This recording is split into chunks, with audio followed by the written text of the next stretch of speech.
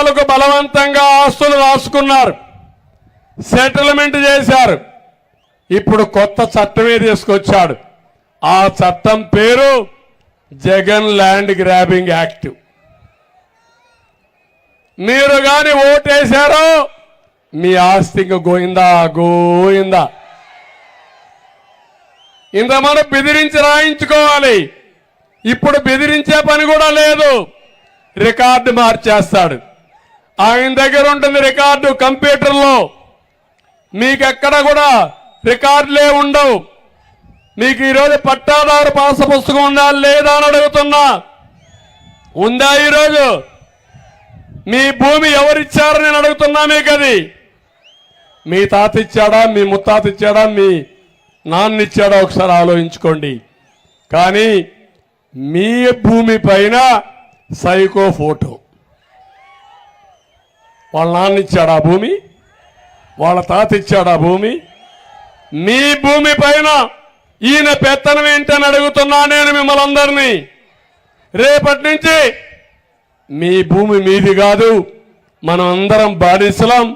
ఆయన ఏం చెప్తే, ఆయన ఎవడికి రాసిస్తే వాడికే భూమి అయిపోతుంది. మనం ఆయన దగ్గర బానిసల వారిగా బతికే పరిస్థితి వస్తుంది. ఇప్పటికీ అలాంటి జరుగుతున్నాయి. ఈరోజు నేను అడుగుతున్నా, సవాలు విసురుతున్నా. ఏదైతే చట్టం మేము రూపొందించాం అమలు చేయాలి అంటున్నారు. ఎందుకు రూపొందించారో సమాధానం చెప్పమని అడుగుతున్నా. మేము ఈ చట్టాన్ని రద్దు చేయమన్నాం, రద్దు చేస్తారా లేదా అని అడుగుతున్నా. మీరు రద్దు చేయకపోతే నేను వస్తానే మొదటి సంతకం డిఎస్సి పైన పెడతా, రెండో సంతకం జగన్ ల్యాండ్ గ్రాబింగ్ చట్టాన్ని రద్దు చేస్తారని మీ అందరికీ హామీ ఇస్తున్నా. నీకేదైనా భయం ఉంటే, ప్రజలపైన విశ్వాసం ఉంటే నీ ల్యాండ్ గ్రాబింగ్ చట్టాన్ని రద్దు చేయి. ఇప్పుడు చేయడానికి కూడా వీలు లేదు. ఎందుకంటే ఎన్నికలు అనౌన్స్ చేసిన తర్వాత అతను ఏమీ చేయడానికి అవకాశం లేదు. కానీ క్షమాపణ చెప్పాల్సిందిగా మీ అందరి తరపున డిమాండ్ చేస్తున్నా.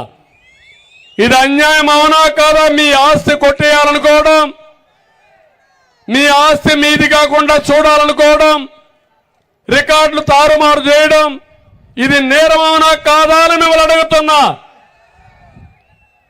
ఎన్నో సంవత్సరాలుగా ఒక్క సెంటు కోసం మన ఊర్లో మనం గొడవలు పడతాం.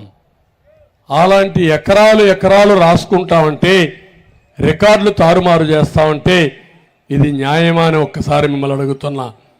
ఇప్పటికే